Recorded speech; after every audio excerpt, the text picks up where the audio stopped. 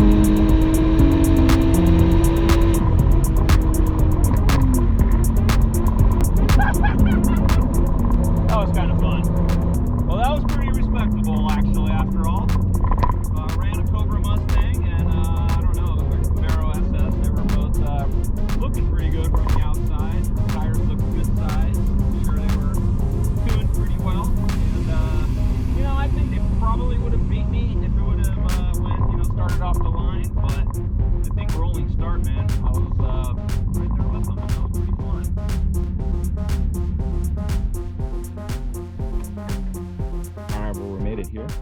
Hopefully Brian's here so he can look at this exhaust setup on the turbo. Oh, I've got time. I'm not in a. Yesterday was busy. Today not so much. So yeah, dude. The thing is, I mean, truth is, it's set rich right now just for the snap crackle pop, right? Which I'm gonna play with, and I'm gonna probably dial that back. I'm gonna hold it snap so crackle pop on D cell. Yeah. You can also do that with timing. Yeah. Instead of running it rich, you can do that with timing. Yeah, and I don't know what it has. You know, the guys that did the tuning on it, it's all done. But I can go in there and kind of change up, you know, specifically that, right? But it just kills me on like longer drives, you know. And is it blowing it right in? I guess, man. I don't know. I put the molding in, you know, and that helped a lot. I don't know if I have some little bit of leaks, maybe. Down. Okay. And then it's like, you know, it's going under right the where cowl. The two cars were kind of put together. Right. It's, you know. Did you guys sealed it? But yeah, I sealed it. Yeah. I can smell. I mean, I can smell the oil too. Well, yeah. I imagine that. So I got it's got a little bit of a seepage right there that's burning. Yeah, it's actually this one right there. So it runs down right to the down tube. You know, it's right. It's I built an IS 300. That one that I was talking to you about a while ago. Almost a year ago, actually. And it has this leak in the same exact spot, and we just ordered this. It's a fully stainless steel flexible tube. All right, so Brian thinks that the bypass exhaust is going to be a possibility, and that's a good thing. But apparently we got another project to look at over here. So this truck, it's a 1976 F-150. Oh, dude, and look at that. It's got a Lexus V8 4.3 liter. 6-speed transmission, 4.3. I shaved the firewall, vintage air AC, big radiator. Obviously, it's a Lexus V8, so it's custom everything. Mounts, the engine mounts were custom. Steering shaft was custom. What kind of headers are those? How'd you get them? Off of a Tundra. Really? A Tundra, yeah. So the 1UZ, 2UZ, 3UZ, they're all very similar blocks. Tundra's just a cast iron block, but they tuck in so nice on this chassis. So they make an aftermarket header then for... Actually, for all these, for all Really? these Lexus, yeah. Huh. These just tuck in better. It's got room. Oh yeah, there's plenty of clearance. It was almost like it was meant to be, honestly. The front end is a Crown Vic. I'll raise it up if you want to check out the Crown Vic front suspension. Just welded in the brackets right there? Everything, yeah. Oh, that's so cool, man. I bent up all the lines. All the lines are all hand bent by me.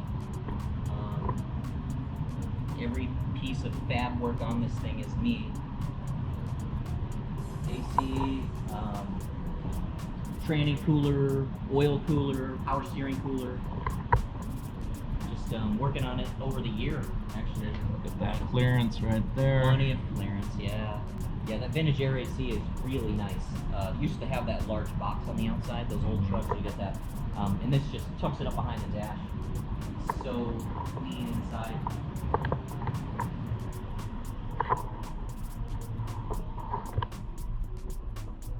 Yeah, that is cool, man. It's like, looks pretty much factory. I'm building a computer. Are you?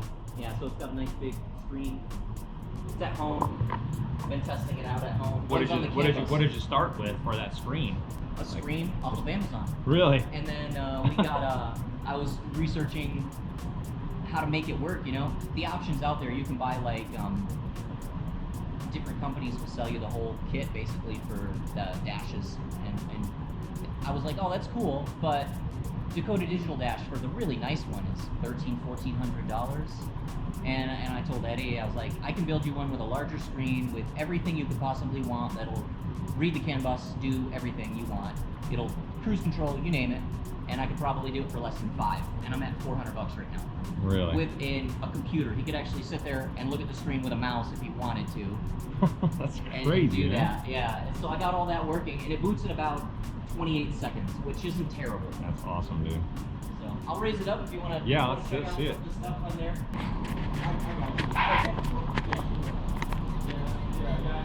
Bro, I forgot to look at the rear end on this thing. So Crown Vic rear end, but then you sourced a 4-link setup and then We customized did, it, or what? actually from Speedway, a parallel 4-link, and then I just made all the extra brackets to fit it to the frame, and then I made a Watts link. Kit, or? No, I made the Watts link.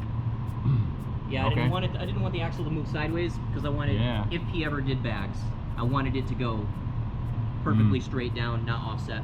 Yeah, super cool, man. I just think I it like that. looks better. Coilovers, really nice setup. Dang, man. And then that's cool because then the disc brakes come with it and it's all ready to go. Yeah. It's bolt in. You have to waste a bunch of money on all kinds of other stuff. Yeah. And then you're gonna get this all connected up still. Looks I think like. we might take it out for now. Okay. I think we might take it out for now. It's it doesn't really need it. It is a full-size pickup truck. I don't think it's gonna handle very well. Yeah. Well, man, that's super awesome. And then made the trans mount right here. Wow, that's cool. Did you do all this work? Nope. Nope. I actually bought it. It's for a C10. Really? Fits in the frame. I'll have to modify it slightly for the Lexus transmission and for the mounting points. But it fits in the frame perfectly and gives it enough room for exhaust. Well, that was pretty cool. I gotta say, that 76 Ford truck with the Lexus engine in it is pretty cool. I love the fact that they're going outside the box like that and building something really sweet. It's cool because they're doing it a different way. They have to do a lot of figuring out, and that's where the effort is, but they're actually saving money instead of, you know, putting a Coyote in it or putting an LS in it. I think they bought that motor, tranny, computer harness, everything for $3,000 on eBay, and it's a 50,000 mile Japanese engine. It's out of a Lexus LS 400, I think is what he said, like a 2000 something, 5 drive or so. And cool setup, and I just love that.